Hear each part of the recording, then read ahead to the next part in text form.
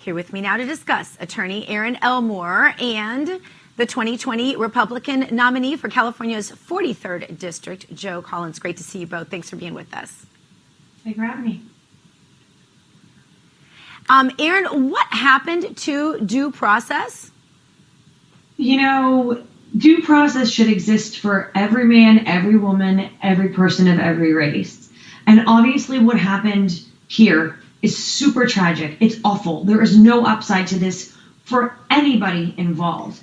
However, I will say, after, having been an attorney for well over 10 years, having watched this video, this does appear to be an accident.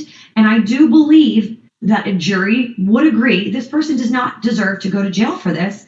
However, it's a sad situation, right? But you got to realize this person was resisting arrest, had expired plates on the car, I believe, and was wanted for a February 11th aggravated battery or aggravated assault. So these circumstances and these facts should all go into play here, and all should be discussed in the totality of the circumstances. By no means did anyone deserve to lose their life. This officer's life is also going to be ruined. There are no winners here, but due process should play out. Everyone deserves it. Joe, Congresswoman Rashida Tlaib tweeted this. She said, "It wasn't an accident. Policing in our country is inherently and intentionally racist."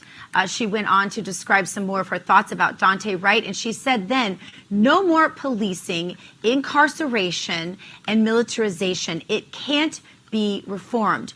Joe, Erin, the governor of Minnesota tweeted this.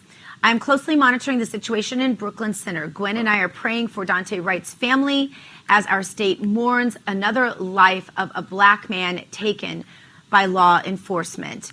At the same time as we're talking about uniting and we're talking about, this country coming together, and there's all of this talk about President Trump, who has been blamed for inciting something at January 6th, which has been largely proven to have been, completely other than it was described in media. Many of the things that media reported on January 7th and beyond have simply proven untrue.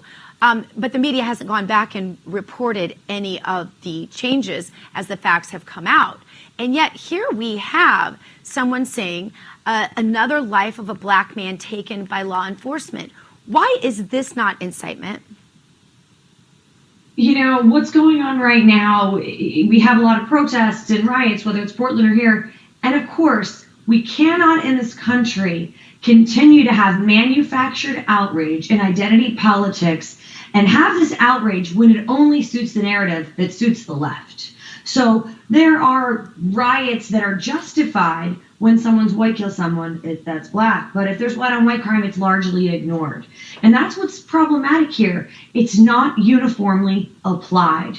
When Republicans do something, it's incitement and censorship is justified and jail time. But otherwise, they call it mostly peaceful protests, as you see cities burn to the ground, and say sometimes protests don't have to be peaceful. We've heard things like that out of the mouths of Governor Cuomo and, and governors across these liberal cities. But truly, it is a matter of politics ruling what is acceptable and what is not. And if you're a Republican, straight up, nothing is acceptable. But Joe, as Erin mentions, there's a double standard. There was a woman who was a Trump supporter who was shot and killed by Capitol Police. We know that. We still, though, do not know the name of the police officer. But the name of the officer who killed Daunte Wright was released within 24 hours. So how is that even explainable by the left? They're never asked the question. But I just don't understand how that can be the case, and the media doesn't ask the questions, and the left is never held to account for that double standard.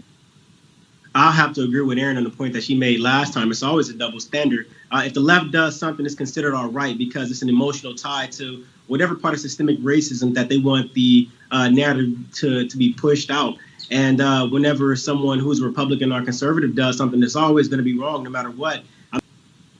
Absolutely. Well, Erin Elmore and Joe Collins, thank you so much for being with us. We appreciate you. Thank you. Thank you.